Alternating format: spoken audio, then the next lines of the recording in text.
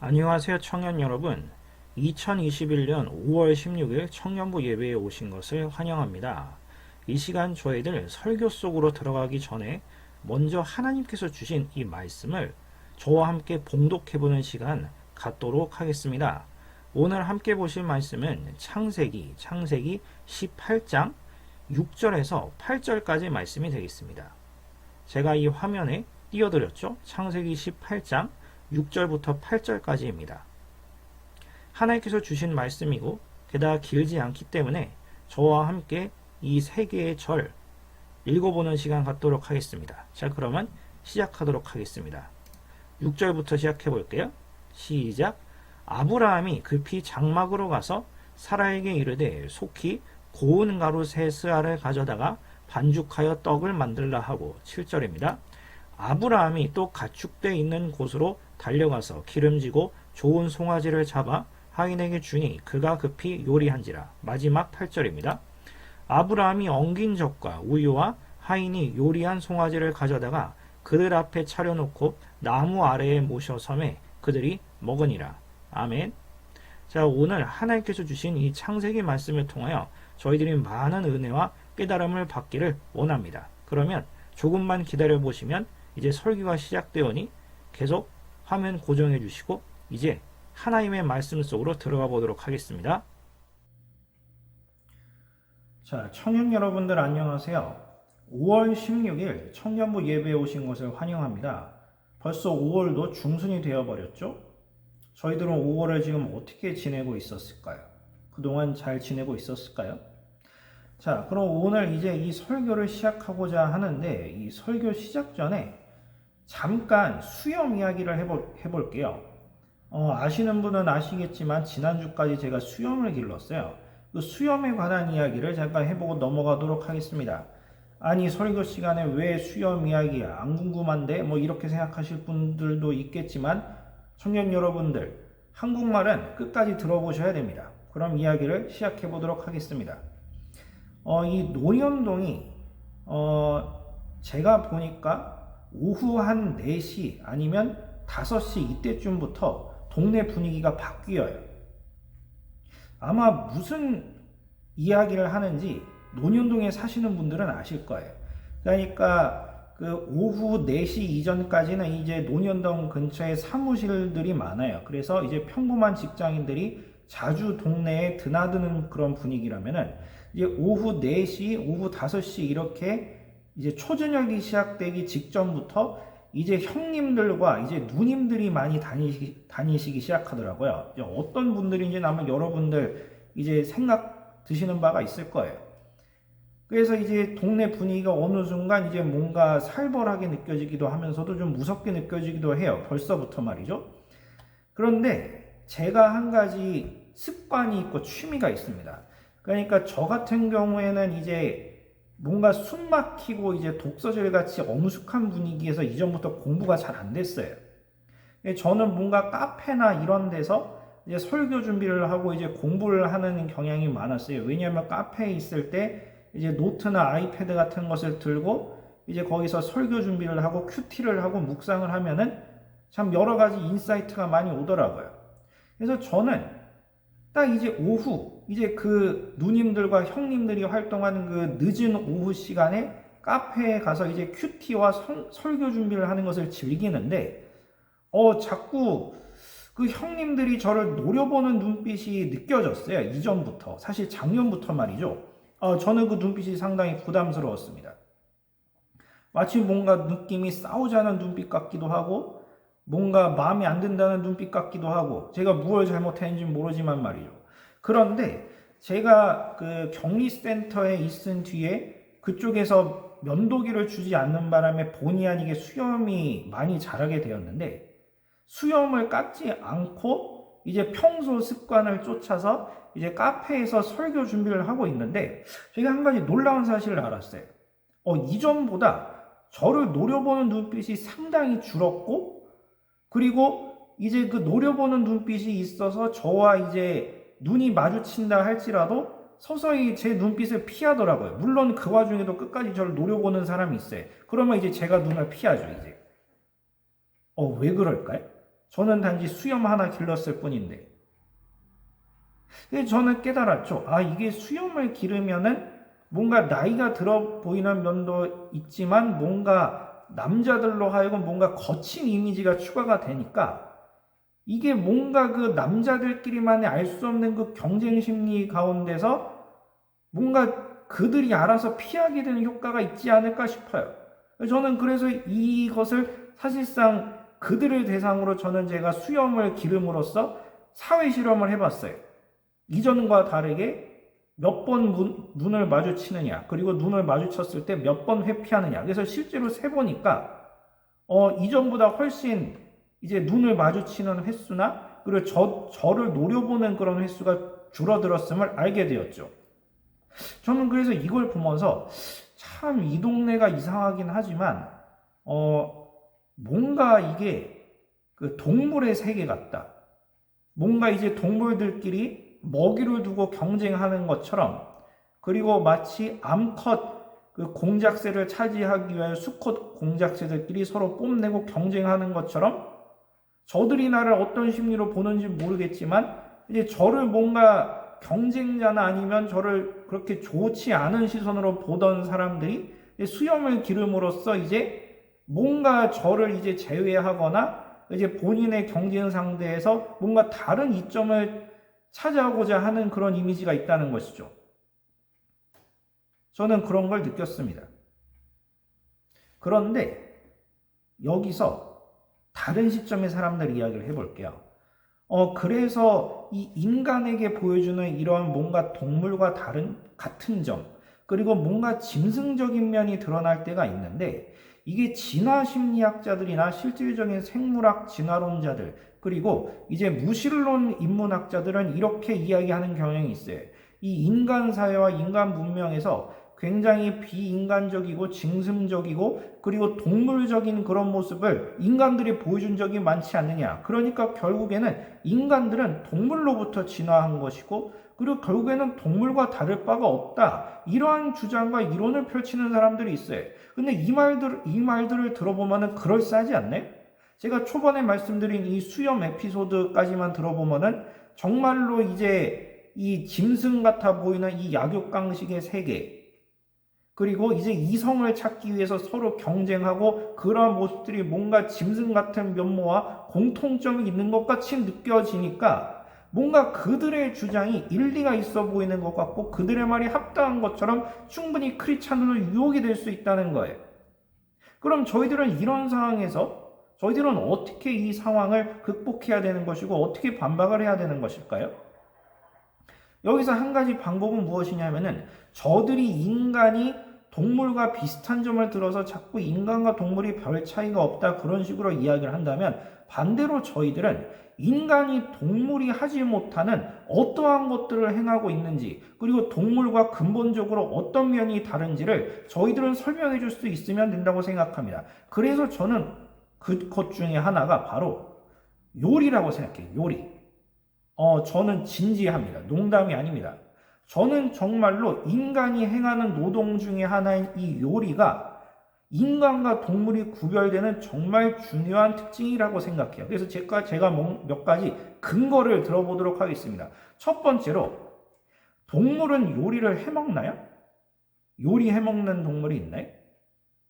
동물과 인간의 결정적인 차이는 무엇이냐면 동물이 먹는 음식을 음식이라 안 하고 동물은 먹이라고 해요. 근데 인간한테 먹이라고 이야기해봐요. 얘다 먹이 먹어라. 그럼 기분 나쁘죠. 나를 지금 동물 취급하는 거야? 그렇게 말하겠죠. 사실은 인간 그 마음속, 그 사람이 기독교인이든 비기독교인이든지 간에 그 내면의 깊은 마음속에서는 자신들이 동물과 같은 취급을 받는 걸 싫어한다는 거예요. 대표적으로 먹을 것을 말이죠. 먹이라고, 사람이 먹는 음식한테 먹이라고 이야기를 해봐요. 누가 기분이 좋겠어요? 아하, 나 먹이 먹는다. 아싸, 신나. 나 정말 인간다워. 이렇게 말하진 않을 거 아니에요. 동물과 다르게 인간들은 요리라는 노동을 통하여 만들어진 음식을 먹는 존재들이, 그리고 조금 깊게 들어가 보자면은 진화론자들이나 그리고 진화 인류학자들은 이렇게 이야기해요. 동물이든 인간이든 더욱더 편하고 수월한 쪽으로 진화했다고 이야기를 해요. 그래서 동물이 송곳니와 어금니, 발톱이 발달한 이유도 더욱더 먹을 것과 사냥을 쉽게 하기 위해서, 그리고 인간들이 먹을 것, 잡식성을 먹게 된 이유도 고기만 먹어서는, 그리고 식물만 먹어서는 인간의 두뇌 활동이 제대로 발달하지 못하기 때문에 잡식성으로 진화했다느니 뭐 이런 식으로 이야기를 해요. 그러면 그런 논리에 따지면 요리는 설명이 안 돼요. 당연하죠. 아니 지금 먹기 바빠 죽겠고 내가 지금 당장 먹지 않으면 다른 경쟁자들이나 다른 야생동물이 나를 공격할지 모르는 그런 무방비한 상황인데 언제 고기 굽고 언제 조미료 구하고 언제 요리를 하고 있어요. 굉장히 위험한 행동이에요. 그건 진화론으로 말이 안 돼요. 요리 하나가 나오는데 얼마나 엄청난 과정을 경험할까요? 요리가 그냥 나와라 뚝딱 하면 나오는 건가요? 그렇지 않죠. 일단 1차 생산자가 밭이나 논이나 바다에서 재료를 구해와야 돼요. 근데 재료만 있다고 먹을 수는 없죠. 재료만 있는 상태에서 먹으면 그건 그야말로 먹이죠. 그거 외에 조미료나 그 외에 부차적인 식재료가 필요해요. 게다가 또 주방도구가 필요해요. 칼, 그리고 뭐 그 외에 여러 가지 밥솥, 후라이판, 그 외에 기타 등등. 농기구도 여기에 포함이 되겠다. 농기구들도. 그 외에 이렇게 저희들이 먹을 수 있게 만드는 기구들도 필요해요. 그럼 이렇게 얻은 조미료와 기구들과 재료들이 주어졌으면 여기서 가능하나요? 요리사의 손을 거쳐야 되는 셰프의 노동이 필요해요. 근데 셰프만 있어서 되는 건 아니죠. 직접 먹어주는 저희들 같은 이제 소비자들이 있어야 돼요. 이런 5가지 과정을 거쳐야지 겨우 나오는 게 바로 음식이에요. 상대적으로 빨리 나오는 패스트푸드점도 당연히 이러한 조건이 갖춰져야지 되는 거예요. 그럼 이게 진화론적인 관점으로 봤을 때 얼마나 어리석은 행동이에요. 왜 이렇게 힘든 일을 하죠?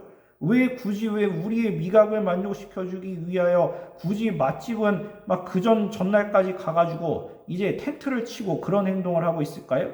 왜 우리 미각과 그리고 식욕을 채우기 위해서 우리의 귀한 시간과 재화를 들이면서까지 요리에 의한 음식을 먹어야 되는가? 설명이 안 돼요. 인간만 이런 행동을 해요. 그렇지 않을까요? 이것이 저는 인간이 동물과 다른 점이라고 생각해요. 근데 여기까지는 저의 견해고 저의 견해만 있어서는 안 돼요. 사실 저의 견해는 그냥 성경적인 근거가 없다면 아무런 의미 없는 소리고, 그럼 성경적으로 이 요리를 어떻게 보아야 하는가를 먼저 알아보아야만 할 것 같아요. 성경적으로 과연 요리는 좋은 것일까요? 어리석은 행동일까요? 아니면 그저 그런 행동일까요? 그래서 오늘 본문 말씀을 보도록 할 텐데요. 오늘 본문 말씀은 창세기 18장 1절부터 8절까지 등장하는 이제 하나님과 그리고 아브라함의 만남으로 이제 기본 이야기가 진행이 됩니다. 제가 스토리텔링을 해드릴 텐데요. 하나님께서 어느 날 천사들과 함께 아브라함 집에 방문을 하십니다. 그래서 성경에서는 3명이라고 등장을 해요. 그 중에 한 분은 당연히 우리를 지으신 하나님이시겠죠. 저는 신학적으로 봤을 때 저는 이때 오신 분이 전 예수님이라고 생각해요. 하나님과 예수님은 동일하신 분이고 이 땅 가운데 나머지 2명의 천사들과 함께 육신의 옷을 입고 아브라함 집에 잠깐이지만 방문하신 이분이 저는 우리의 주님 되신 예수님이라고 생각해요. 여하튼 그건 이 시간엔 중요한 건 아니고 다음 교리 시간에 중요하기 때문에 다음에 이야기하도록 하겠고, 여기서 하나님을 뵌 아브라함이 깜짝 놀라서 여러 가지 행동을 취하는데요. 첫 번째는 무엇이냐 하면은 자신의 사랑하는 아내 사라를 부릅니다. 그래서 다음과 같이 주문을 합니다. 평소 우리가 먹던 빵을 사용하지 말고 고운 밀가루를 구해서 바로 반죽을 해서 부드러운 빵을 만들어 주시오. 즉 고급스러운 빵을 만들어 달라고 자신의 아내에게 주문을 한 거예요. 이것이 바로 첫 번째 작업이었고요. 두 번째 작업은 아브라함은 이때 놀고만 있었느냐? 그렇지 않았어요. 아브라함은 굉장히 바쁘게 움직여서 이제 자신이 목축업을 하고 있으니까 이제 목장에 가서 살찌고 건강하고 먹음직스럽게 보이는 상태 좋은 송아지 한 마리를 잡습니다. 그래서 자신의 하인에게 부탁을 해요.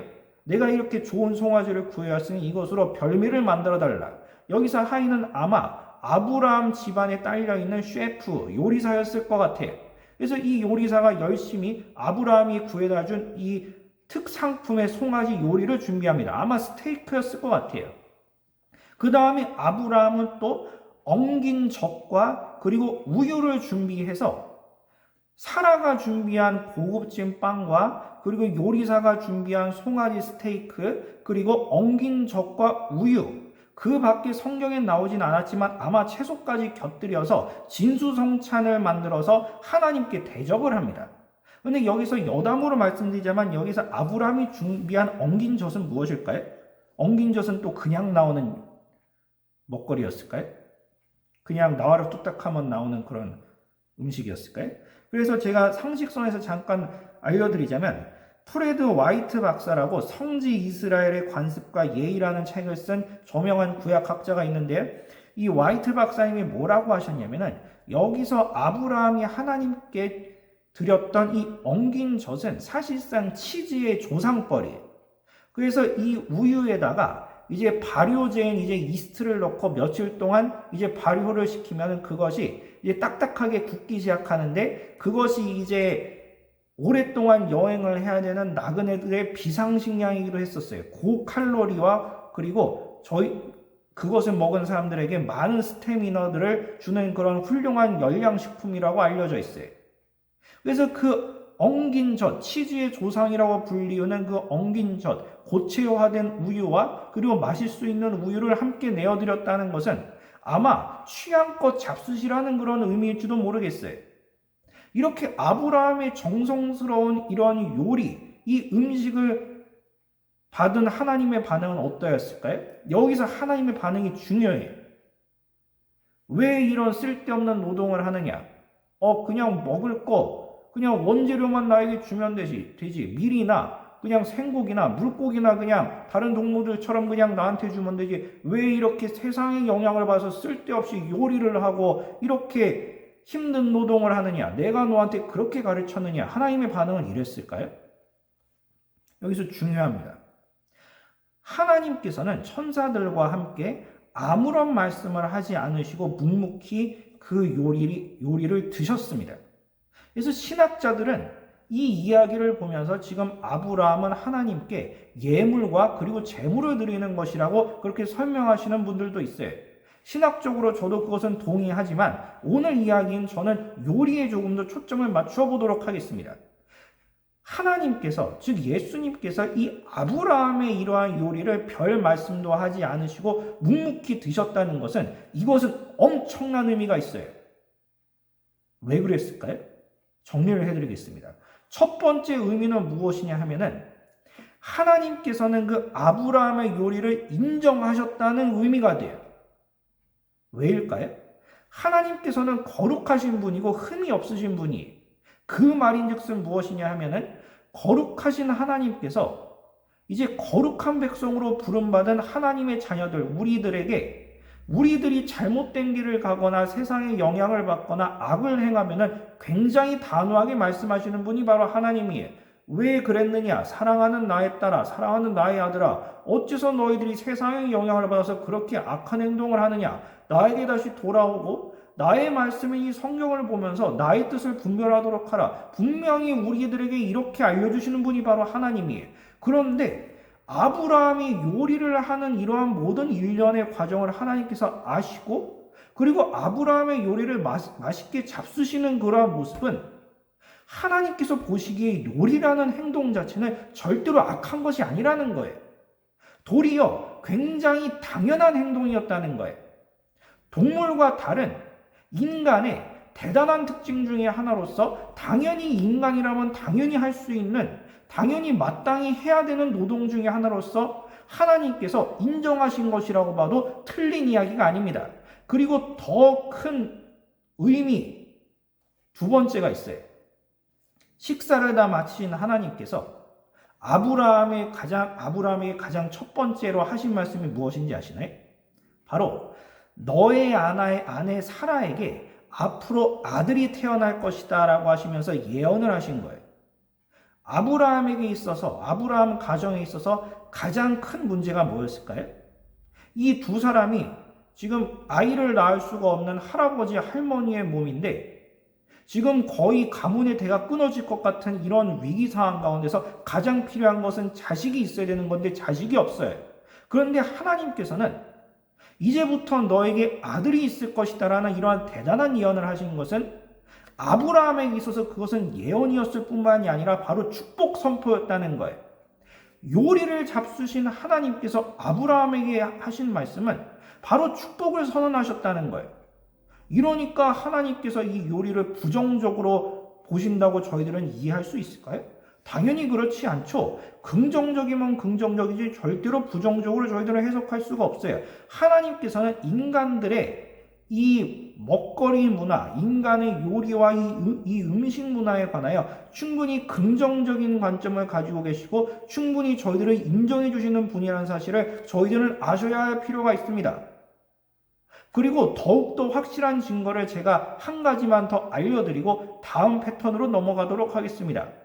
가장 확실한 것은 무엇이냐면은 바로 예수님께서는 어떻게 하셨는가요? 예수님께서는 어떻게 하셨을까요? 그렇다면 요한복음 21장 마지막 장을 보시면은 이런 내용이 있어요. 제자들이 이제 물고기를 잡으러 바다에 떠났는데 바닷가에 뭔가 낯익은 실루엣이 서 계신 것을 보았어요. 그래서 조금 가까이 접근해 보니까 가장 어린 제자였던 요한이 알아봐요. 주님이시다. 예수님이 저기 계신다. 그래서 제 아들은 깜짝 놀라서 이제 무태 배를 대고 이제 바닷가에 올라가서 예수님을 배웠죠. 근데 거기에 예수님만 혼자 달랑 계신 것이 아니라 그 바닷가에 숯불과 그리고 떡과 물고기가 구워져 있다고 요한복음에서는 그렇게 서술이 되어 있습니다. 그 말인즉슨 무엇일까요? 예수님께서 지금 제자들과 함께 만찬을 즐기시기 위하여 직접 요리를 지금 하고 계셨던 거예요. 한번 상상을 한번 해볼까요? 예수님께서 지금 직접 숯불을 준비해 주시고 그리고 제자들이 먹을 떡의 개수를 적당히 사오셨든 아니면 직접 창조하셨든 어찌되었든지 간에 떡을 이제 예수님께서 준비하셔서 숯불에 굽고 계셨고 물고기도 굽고 계셨어요.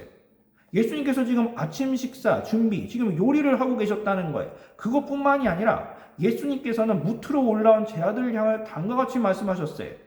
얘들아, 그동안 너희들이 물고기를 잡고 있지 않았느냐? 너희들이 잡은 물고기 중에 몇 마리만 더 가지고 오려무나? 이렇게 말씀을 하셨어요. 즉, 너희들이 먹을 생선을 내가 더 굽고자 하오니 와서 나와 함께 요리를 해보자. 나를 좀 거들어주지 않을래? 이렇게 지금 말씀하고 계시는 거예요. 셰프와 같은 예수님이시죠? 정말로 요리가 짐승들도 할 수 있고 그리고 이 요리가 이 세상의 것이고 이 요리라는 행동 자체가 하나님께서 허락하지 아니하신 악행이라면은 아브라함 시대 때 하나님께서 그렇게 기쁘게 식사를 잡수시지도 아니하셨을 뿐더러 우리의 주님 되시고 진정한 하나님 되신 예수님께서도 직접 요리를 하실 필요가 없는 것이죠. 게다가 예수님께서는 참 하나님이시지만 참 인간이기도 하셨어요. 그래서 참 인간이신 주님께서 요리를 하신다?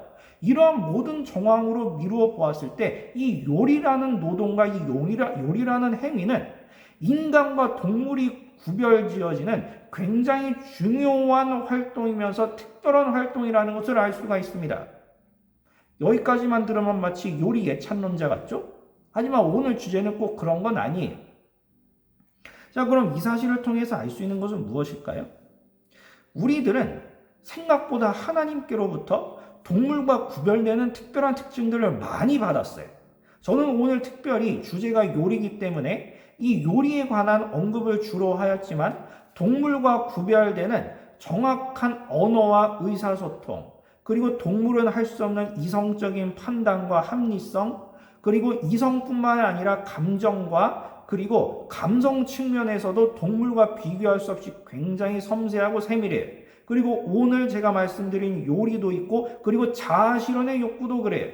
동물들은 가장 1차적인 본능만 충족시켜주면 돼요. 동물이 내가 앞으로 CEO가 되겠다, 대통령이 되겠다, 내가 남들 위에 올라서는 리더나 보스가 되겠다, 그렇게 주장한 동물들이 있나요? 그렇진 않아요. 물론 사자나 그룹 사회를 하는 침팬지, 오랑우탄 이러한 사회들에서는 분명히 무리의 우두머리가 있긴 하지만 그 무리의 우두머리의 특징은 뭐냐면은 1차적인 욕구들, 생식과 그리고 먹을 것, 그리고 안전의 욕구, 이것이 해결되는 그런 하에서 강력한 힘과 그리고 동물들끼리 간의 경쟁에서 승리해야 되는 그런 짐승적인 1차적인 본능의 차원에서 우두머리가 된 것이지, 우리 인간들처럼 뭐 자아실현의 욕구, 초자의 욕구 이런 측면에서 남들 위에 올라오고 남들 위에 리더가 된다는 그런 근거는 아니라는 거예요. 이미 하나님께서는 저희들 삶 속에서 우리 인간들이 동물과 구별되고 특별하게 취급받을 수밖에 없는 중요한 특징들을 저희들에게 허락하셨고, 그 중에 수많은 행동들 중에 하나가 요리가 포함된다는 이야기예요. 그러니까 여기서 제가 1차 적용으로 말씀드리고 싶은 것은, 제가 서두에 말씀드렸지만 인간들은 때로는 동물과 비슷한 면모를 보여서 동물처럼 잔혹해 보일 수 있고 동물처럼 미개하고 야만적으로 보일 수 있긴 하지만, 그런 면이 동물과 비슷하다고 해서 진화론이나 그리고 무신론 인문학자들처럼 봐라, 인간이 동물과 이렇게 비슷한 점이 있고 공통분모가 있으니까 인간과 동물은 다를 바가 없고 인간과 동물은 하나의 뿌리에서 나왔고 인간도 동물에서 진화되어 왔다, 뭐 이런 식의 이야기에 저희들은 휘둘릴 필요가 없다는 거예요. 그건 그들의 렌즈가 하나님을 배제한 상황에서 세상을 바라보기 때문에 그렇게 볼 수밖에 없는 것이고, 저희들은 하나님을 믿고 기독교 세계관에 입각하여서 하나님의 형상인 인간의 존재를 인정하는 자들이기 때문에 저희들은 그러한 분위기에 휩쓸리지 말고 인간과 동물이 다른 점에 주목하면서 하나님이 우리 인간에게 얼마나 많은 사랑과 특권을 주셨는지 저희들은 묵상하면서 하나님께 감사를 드리는 것이 훨씬 저희들에게 영적인 측면으로 큰 도움이 된다는 거예요. 반대로 말씀드려서 세상 사람들처럼 결국에는 인간과 짐승이 다를 바가 없다, 인간과 동물이 다를 바가 없다, 그렇게 주장하고 다닌다면 우리의 영성이 도움이 될까요? 만약에 그러한 주장이 우리의 영성에 도움이 된다면 저는 그렇게 생각하라고 저는 말씀드리고 싶어요. 근데 우리의 생각에 도움이 되나요? 인간과 짐승이 다를 바 없다, 인간과 동물이 다를 바 없다, 이 말 들으면 누가 기분 좋을 것 같고 누가 나는 하나님께 특별한 사랑을 받았고 우리는 하나님의 형상이야, 우리의 신앙에 도움이 되나요? 전혀 도움이 안 돼요. 세상은 말이죠, 악한 영의 세력과 결탁하여서 자꾸 저희들을 넘어뜨리려고 하는데, 대표적인 것 중에 하나가 자꾸 인간의 존엄성을 떨어뜨리려고 하는 거예요. 이 부분에 관해서는 이따가 후반부에 다시 한번 말씀드리도록 하겠습니다. 하지만 여기서 저희들은 한 걸음 더 나아갔으면 좋겠어요. 이 인간의 요리와 그리고 인간의 이 음식 문화가 동물과 구별되는 하나님께서 저희들에게 부여해 주신 특권이자 훌륭한 행위라고 제가 음식을 굉장히 예찬하고 미각을 추구하는 것을 굉장히 중요하게 여기는 것처럼 들리실 수 있어서 이제부터 다음 한 스텝을 더 넘어가 보고자 하는데요. 하지만 꼭 그런 것만도 아니에요. 이제부터 그 다음 인물을 소개해 보도록 할게요. 오늘 본문의 중요한 인물이었던 아브라함의 아들 이삭 이야기를 한번 해볼게요. 이삭은 기본적으로 선량하고 경건한 사람이었고, 그리고 험한 인생을 살아왔던 자신의 아버지와 그 아들 야곱과 다르게 굉장히 평탄한 축복을 누린 사람이 아마 많은 사람들이 추구하는 인생이겠죠. 누가 고난과 평안하지 않은 인생을 바라겠어요?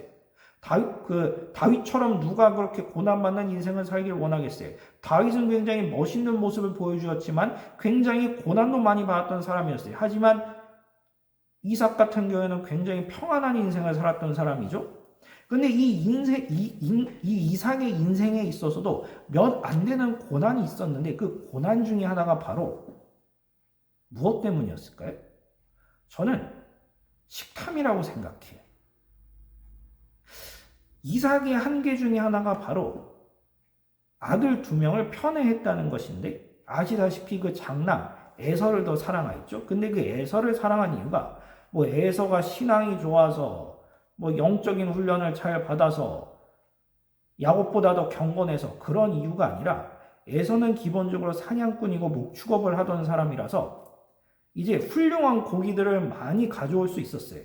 게다가 에서 본인도 아마 요리 실력이 뛰어났는지 그 훌륭한 고기를 가지고 맛있는 별식과 별미를 만들어서 가족들의 입을 즐겁게 하자.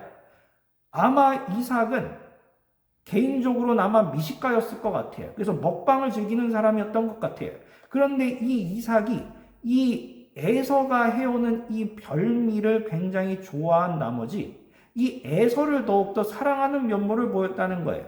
좋게 말하면 미식가로 보일 수도 있겠지만 조금 나쁘게 말하면 노년이 되어서 굉장히 식탐을 탐하는 것처럼 보일 수가 있다는 거예요. 이제부터 이후의 스토리텔링을 다들 아시겠지만 간단하게 말씀을 드려보도록 하겠습니다. 어느 날 이삭이 에서한테 말해요. 에서야, 나를 위하여 들에 나가서 고기를 구해와서 내가 평소에 좋아하는 별미를 해오너라. 그러면 내가 너에게 축복 기도를 해주면서 축복권을 주겠노라 하면서 이 에서에게 다음과 같이 요구를 해요. 나를 위해서 별미를 만들라. 그러자 에서는 기쁘게 예 아버지 하면서 들에 나가버립니다. 근데 그 사실을 그 안에 리브가가 들어요. 그래서 야곱에게 꾀를 냅니다. 몇 분이 흘렀어요. 얼마 시간이 지나지 않았는데 에서가 들어와가지고 아버지 별미 대령했습니다. 이렇게 이야기해요. 근데 이삭이 조금 이상하게 생각해요. 아니 너가 들에 나갔는데 벌써 들어왔다고? 그리고 뭔가 이상하다는 걸 또 한 가지 눈치채요. 아니 목소리는 야곱인데 손과 팔을 만져보니까 에서의 손과 팔이네? 이게 어찌된 일이지? 분명히 이삭은 그 마음속 심연에 뭔가 이상하다는 걸 느꼈지만 그런데 눈앞에 있는 이 사람이 자신의 장남 에서인지 차남 야곱인지 구분을 하지 못해요. 그래서 성경에서 이르기를 제가 그대로 알려드릴게요. 이렇게 나옵니다. 그의 손이 형 에서의 손과 같이 털이 있으므로 분별하지 못하고 축복하였더라. 성경에서 굉장히 단호하게 이삭에 관하여 평가를 내리고 있는데 분별하지 못했다는 평가가 나와요. 이 말인즉슨 무엇일까요? 지금 이삭은 시각적으로도 어두웠고 그리고 청각적으로도 어두워서 눈앞에 있는 그 사람이 어느 아들인지 구분을 못하고 목소리도 지금 구분하지 못하는 상황 가운데 있어요. 그 이유는 무엇일까요? 아마 그 야곱이 형인 척 속이고 가져온 그 별미, 그 냄새에 지금 완전히 판단력을 상실하여서 자신의 시각과 청각뿐만이 아니라 궁극적으로 영적 분별력까지 상실하여서 결국에는 야곱을 에서로 착각하고 야곱에게 축복 기도를 해줘버린 이런 대참사가 벌어진다는 것입니다. 이걸 통해 알 수 있는 것은 무엇일까요? 사람이 이 육신의 감각에 너무 치우치고 이 감각 중심적인 이러한 삶을 살게 되면은 하나님께서 우리에게 부여하신 영적인 분별력을 상실하여서 나는 의도하지 않았지 모르지만 하나님 보시기에 큰 실수와 악을 행할 수 있다는 사실을 보여주고 있어요. 청년 여러분들, 저희들은 분명히 아셔야 될 것입니다. 저희들은 하나님께로부터 큰 특권과 동물과 구별되는 큰 놀라운 축복을 받았긴 하지만 저희들이 하나님 나라에 가기 전까지는 여전히 우리 마음 가운데 타락한 본성이 남아있고 죄성이 남아있어요. 세상 사람들도 마찬가지지만 예수님을 믿고 신분이 바뀐 우리들도 아직까지 죄성이 남아있어요. 하지만 남들보다 이 성경의 근본 말씀, 이 성경의 이 말씀을 저희들이 알고 더욱더 성화할 수 있는 다이렉트로 하나님께 나아갈 수 있는 길이 열렸다는 것이지 저희들 자체가 이제부터 죄성이 아예 사라진 건 아니에요. 그렇다는 것은 우리의 영육이 전부 타락해 버렸기 때문에 우리 육신의 감각인 시각, 청각, 미각, 촉각, 후각 이러한 오감들도 여기에 너무 감각에 치우쳐져서 살면은 영적인 분별력을 잃어버려서 우리들도 충분히 여전히 죄를 지을 수 있다는 사실을 보여주고 있다는 거예요. 하나님께서 저희들에게 요리를 허락하시고 미각의 만족을 허락하셔서 동물과 구별되는 훌륭한 행위인 요리를 허락하셨지만 저희들의 감각도 아직까지 타락한 상황이기 때문에 너무 감각에 탐닉한 생활에 치우쳐져 살아가게 된다면 우리의 중심을 잃어버려서 무엇이 하나님께 선하고 악한 것인지 분별을 못하는 영적인 분별력이 상실된다는 거예요. 바울이 말했듯이 모든 것이 가능하지만 모든 것이 선한 것이 될 수는 없어요. 그래서 오늘 설교 이야기를 이제 막바지가 되었으니 정리해 보도록 하겠습니다. 아까 첫 번째 주제로 다시 돌아가 보도록 할게요. 우리 인간들은 말이죠. 여전히 악한 면과 그리고 연약한 면이 존재해요. 저희들도 사실 인정하잖아요. 저희들이 언제나 선한 모습을 보이진 않아요. 때로는 친구들한테 아쉬운 소리도 하고 우리의 죄성이 타인에게 드러날 수도 있고 나 자신에게 상처 입힐 수도 있어요. 그런데 이러한 면모가 때로는 짐승처럼 비슷한 면모를 보인다 할지라도 절대 세상 말의 유혹이 되어서 결국에는 인간과 동물이 똑같아.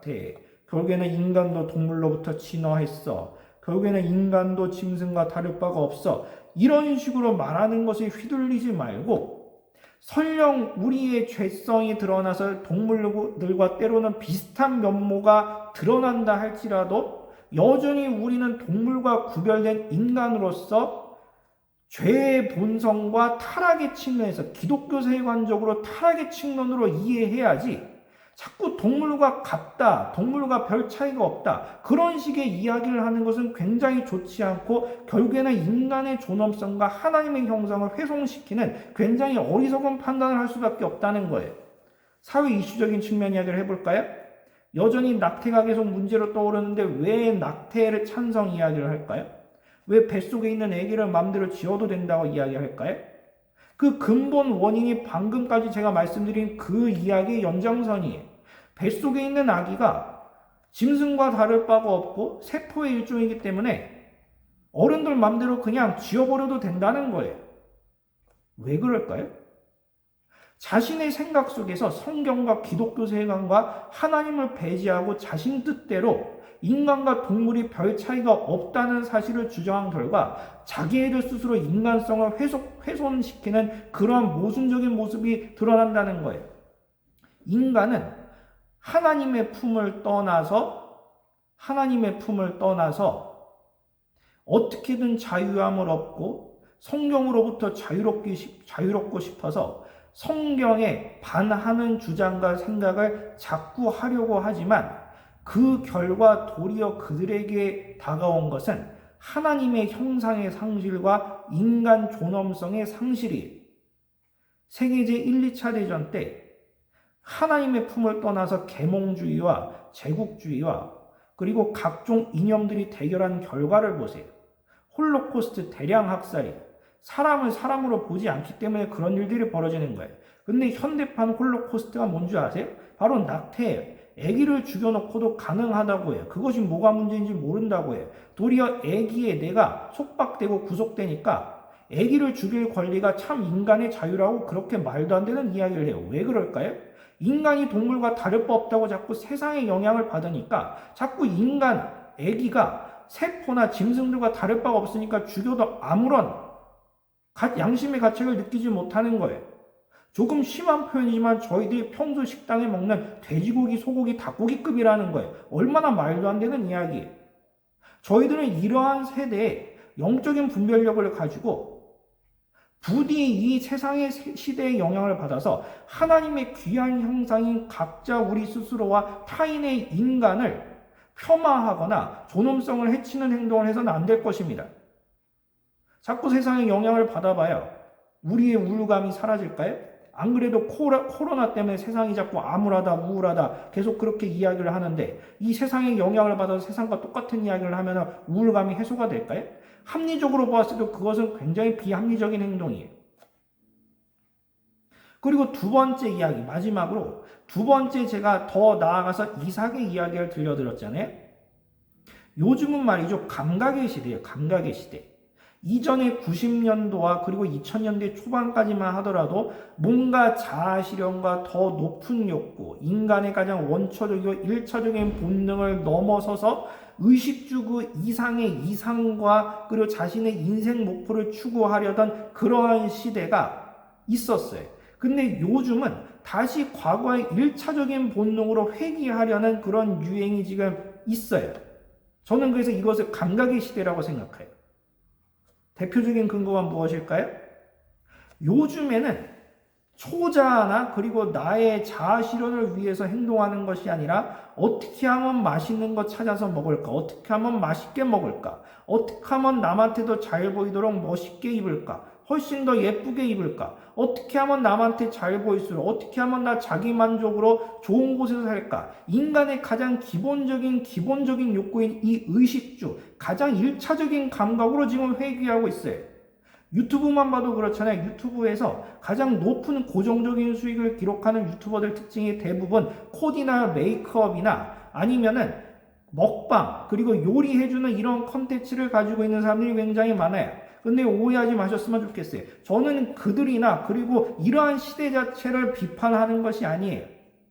언제나 이 시대는 계속 번갈아가면서 얼굴을 바꿔줄 거예요. 언젠가는 저희들이 중년이 되거나 노년이 되면 다시 아마 초자아나 자아실현의 이러한 시대로 자아실현의 시대로 아마 돌아갈지도 모르겠어요.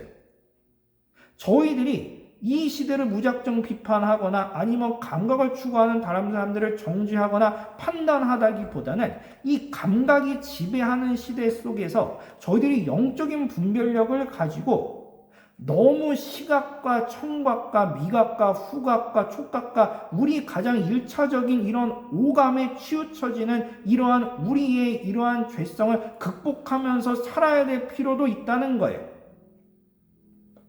하나님께서는 저희들이 미각을 충족시키는 이러한 요리라는 행동을 분명히 긍정적으로 보시고 동물과 구별되는 훌륭한 행위라는 사실을 인정하셨지만 그렇다고 해서 우리의 감각만을 위해서 쫓아가는 그 상황은 하나님께서 인정하시지 않으십니다. 한 줄 요약하자면 즐길 땐 즐기더라도 적당히 하자는 거예요. 이 시대는 적당히 하는 게 중요합니다. 청년 여러분들, 요즘 청년 여러분들 영적인 상황이 어떤가요? 이전만큼 성경을 읽었을 때 감동이 오나요? 찬양을 들었을 때 이전만큼 마음의 만족이 오나요? 그리고 이전만큼 내가 하나님을 사모하고 더욱더 내가 이전만큼 경건하다 그런 느낌이 드시나요? 만약에 그런 느낌이 들지 않고 내 영적으로 요즘 많이 침체되고 있고 많이 부족해지고 있고 이전보다 내 마음이 강팍해지고 여유가 없다. 만약에 그러한 스스로의 진단을 내신 분들이 있다면 한번 스스로에게 반문해 보세요. 혹시 내가 하나님께서 저희들에게 주신 이 하나님의 말씀과 그리고 하나님 사랑, 이웃 사랑 이러한 하나님의 계명을 지키면서 경건하게 사는 삶을 행하기 이전에 혹시 내가 시각적인 유혹 아니면 청각적인 유혹, 미각적인 유혹 그 외 감각적인 유혹에 훨씬 더 치중되어 있고 혹시 중독되어 있는 상황이 아닌가? 그렇게 한번 스스로를 돌이켜보는 것도 중요할 것 같아요.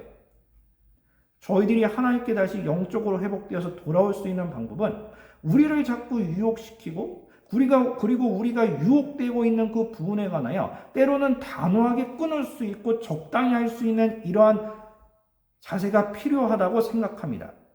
그래야지 저희들이 더욱더 하나님께 바로 서고 떳떳하고 경건한 생활을 할 수 있어요. 지난 시간에도 제가 말씀드렸죠. 저희들이 하나님께 떳떳하고 경건하다면 분명히 하나님께서 저희들을 위기 가운데 구원해 주시고 그리고 저희들을 의로운 자로 세상에서나 하나님 나라에서나 분명히 이끌어 주시고 높이 세워 주실 것이라는 사실을 말이죠. 그러니 오늘 이 설교 이야기 그리고 오늘 본문 말씀들을 종합하면서 한번 묵상을 한번 해보시길 바랍니다. 저희들을 유혹하는 것이 무엇인지 그리고 저희들의 영적인 흐름과 영적인 분별력을 자꾸 상실시키게 하는 그런 것들이 무엇인지 저희들은 내면의 원인이 있을 수도 있고 외면의 원인이 있을 수도 있어요. 그것을 깨닫고 저희들이 끊을 때는 끊고 적당히 해야 될 때는 적당히 하는 저희들 모두가 되었으면 좋겠습니다. 저도 실천하겠으니 함께 저와 영적으로 손잡고 전진하는 저희들 모두가 되셨으면 좋겠습니다. 그럼 제 설교는 여기까지 하고 제가 기도 드리심으로써 오늘 청년부 예배를 마치도록 하겠습니다. 기도 드리겠습니다. 살아계신 하나님 아버지, 오늘 이 귀한 청년부 예배를 허락하여 주시니 감사드리옵나이다. 하나님 아버지, 하나님께서는 저희에게 동물과 구별되는 훌륭한 축복과 권세를 도와주셨습니다. 그래서 저희들은 그것을 누리고 살아갑니다. 동물은 하지 못하는 이성적이고 합리적인 판단, 그리고 동물은 감히 행할 수 없는 섬세하고 세밀한 감정, 그리고 요리, 공부, 자아실현, 더 높은 목표와 같은 것들을 말입니다. 하지만 저희들이 그러한 사랑을 받았음에도 불구하고 그 사랑을 잊을 때가 있사옵나이다. 그리하여 언제나 저희들이 교만한 모습을 하나님께 올려드립니다. 하나님 아버지, 저희들이 교만한 모습이 아니라 감사하고 겸손한 마음을 올려드릴 수 있도록 하게 해주십시고, 그리고 이 감각의 시대가 지배하고 있는 이 상황 가운데서 저희들의 일차적인 본능이나 감각에 치중되어서 사는 것이 아니라 하나님께 주신 이러한 아름다운 감각적인 활동을 즐길 때는 즐기되 중간과 그리고 적전선을 지키면서 결국에는 가장 중요한 것은 하나님을 향한 사랑하는 마음과 경건한 생활 태도라는 사실을 저희들이 언제나 마음으로 기억하고 영혼으로부터 행할 수 있는 저희들 모두가 될 수 있도록 하게 해주옵소서. 그래야 저희들이 전부 경건한 삶을 회복하여서 하나님께서 부으시는 많은 축복과 은혜가 있기를 간절히 바라고 원합니다. 지금도 살아 역사하시는 예수 그리스도의 이름으로 기도드렸습니다. 아멘. 자, 청년 여러분들 고생 많으셨습니다. 오늘 말씀을 마음속으로 기억하시면서 한 주간 주 안에서 승리하시길 바랍니다. 자, 고생 많으셨습니다. 수고 많으셨어요.